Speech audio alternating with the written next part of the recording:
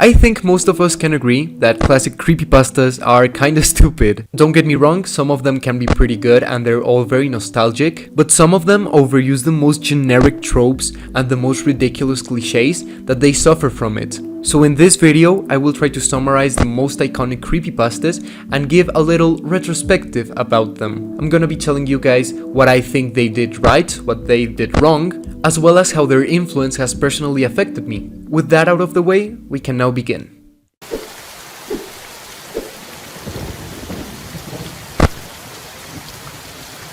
Hey everyone, welcome back to another video by me, Astrei, and today we're gonna be talking about classic creepypastas. I'm not alone in saying that creepypastas were my introduction to horror back when I was a kid, so I wanted to make this little video to commemorate what they did for me. But before we begin, I'd like to thank you guys for the support my videos have been getting lately.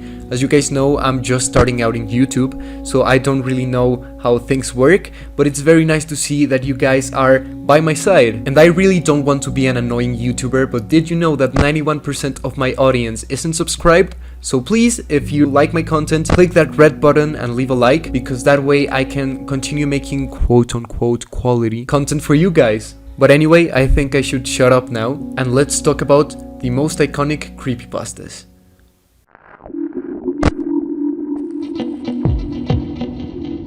Everyone knows Slenderman at this point. It has a lot of games, a shitty movie, and an attempted murder. But surprisingly, not everyone knows its origin. Basically, the story starts in this forum called Something Awful, where this user called Eric Knudsen posted 2 edited images of a tall, slender man stalking children in the background. I personally really like these images. I feel they have a very disturbing vibe, and I think that they're pretty much their own contained stories, as they have the captions of "We didn't want to go, we didn't want to kill them, but its persistent silence and outstretched arms horrified and comforted us at the same time." And the second one that says, "One of 2 recovered photographs from the Sterling City blaze, notable for being taken the day which 14 children vanished and for what is referred to as the Slender Man. Deformities cited as film defects by officials. Fire at library occurred 1 week later. Actual photograph confiscated as evidence." As I said previously, I really like the way that these are their own contained stories, and I don't think they really need more context. And well, as you know, the internet decided to latch onto these images by creating their own stories. There's many different interpretations on the in-universe explanation of Slenderman's reason of being. Some of them being about him being an experiment that went wrong and escaped. Others about Slenderman being an ancient deity that has stalked children for generations in many different places. And others that decide to not unveil the mystery and just say that he is an unknown, mysterious and dangerous entity. Personally, I feel that most stories about Slenderman made by the creepypasta fandom are very shitty. I don't know, I feel what truly makes something scary is the fact that it's unknown, and I feel that if we try to force a backstory onto Slenderman, things can sound very repetitive. I like the idea of Slenderman just being a creepy apparition that takes children away. I don't know, I feel that if we try to give him a secret motive, the story just suffers as we know too much about him. But anyway, I can't deny the impact Slenderman had on the internet, and I feel very happy that many game developers decided to make games around him. You know, early horror YouTube wouldn't be the same without him, as many YouTubers kickstarted their careers around him. I know a lot of people who are actually very scared of Slenderman to this date, because they had some creepy experiences growing up regarding this creepypasta, including myself. But anyways, I think we can move on to the next one.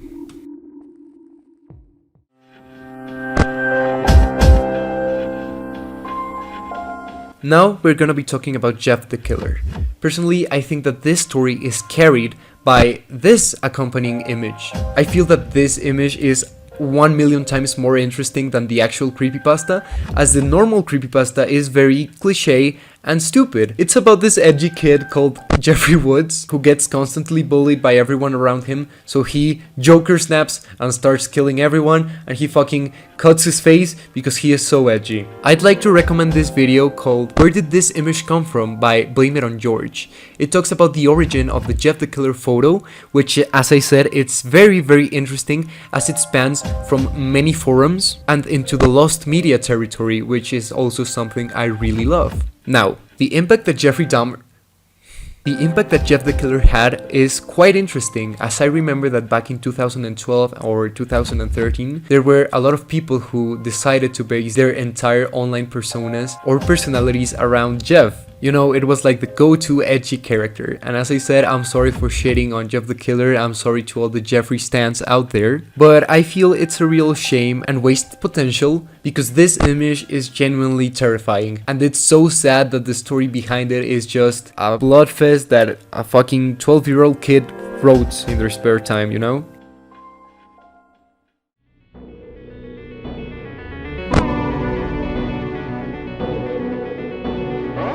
We're now gonna be talking about the .exe genre of creepypasta, and I know some of you guys will probably be like, Astrei, why don't you choose one particular .exe creepypasta to talk about? And it's mainly because I feel that EXEs are very generic in a sort of way. If you've read one EXE creepypasta, you've probably read all of them. These stories contain tropes such as a person, typically a kid or a worker, finding a strange CD or ROM or VHS. Inside, they find a file that seemingly looks normal from a specific piece of media, but when they click and start playing them, things start to get weird. Games that usually start off nicely suddenly become distorted, with backgrounds becoming blood red, or with sprites suddenly becoming very gory, and ultimately concluding with a very disturbing image and a weird sense of reality being breached by fiction. Personally, I think that .exes are on the middle ground. They can be either really good or abysmally bad. It really depends on what the writer decides to do with them. You know, there's stuff like sonic.exe or the Luna games that are very iconic, but in my opinion, the Godzilla EXE creepypasta is amazing. Although the situation the main character is in is very surreal and not realistic in the slightest, his emotions are, and it does feel like a slow descent into madness and paranoia. I'd absolutely recommend you guys to watch this video. It is an amazing narration of the story, and sadly I do feel that the ending could be a bit better, but you know what, I can't complain. I'd say it's pretty good for what it is.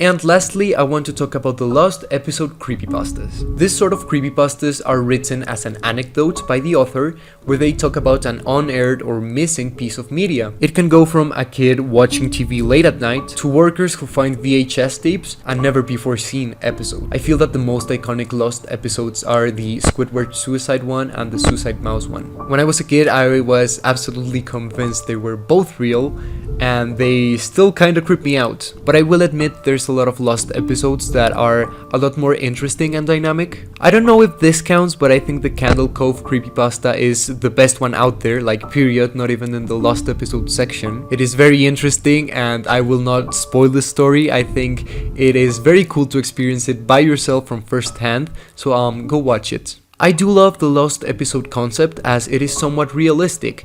In real life, there's a lot of shows that suddenly go missing because of storage issues, they get taken out of the air, like the Witch Sesame Street episode, or simply they never make it out of the writer's room. And although they're somewhat generic with the whole suddenly Homer Simpson was covered in blood and his eyes were realistic, I do feel they were very important for its time.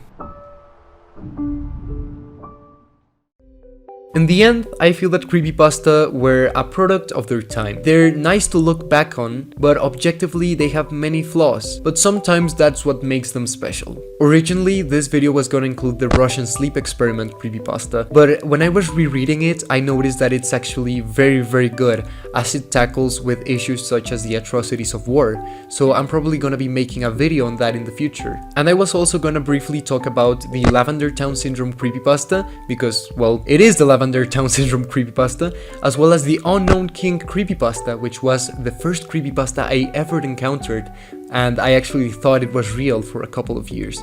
So yeah, maybe if you guys like this video, I could make a video on those two, or maybe a sequel on this video. So please remember to leave a like, subscribe, and share. My name is Astrei, and I'll see you on the next one. Take care.